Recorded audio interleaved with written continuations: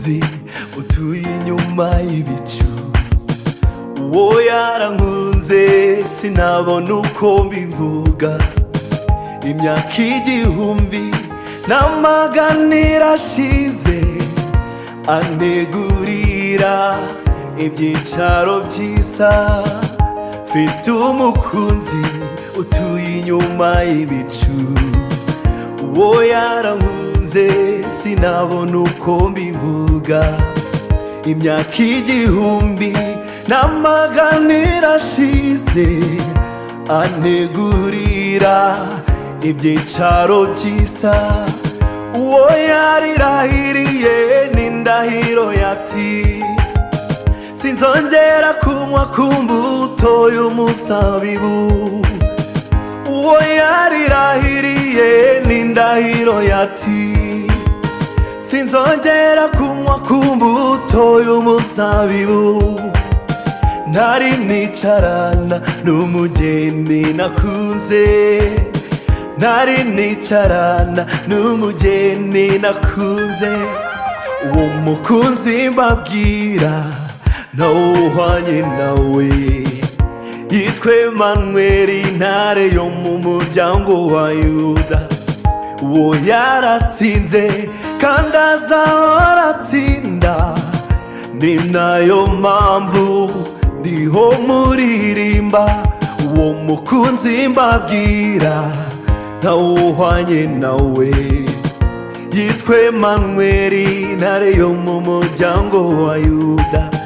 Uwo yaratsinze kandi azahora atsinda, ni nayo mpamvu ndiho muririmba.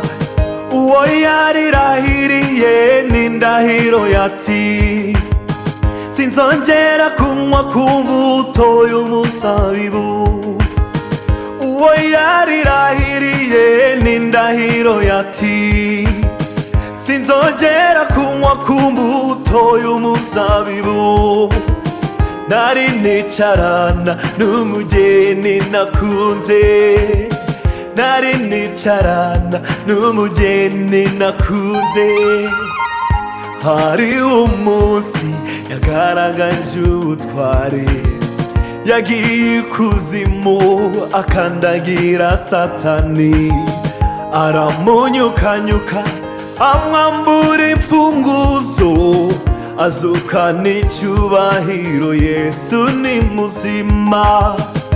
Hari umunsi yagaragaje ubutware, yagiye ikuzimu akandagira Satani, aramunyukanyuka amwambura imfunguzo, azukana icyubahiro. Yesu ni muzima. Uwo yarirahiriye n'indahiro yati, sinzongera kunywa ku mbuto y'umuzabibu.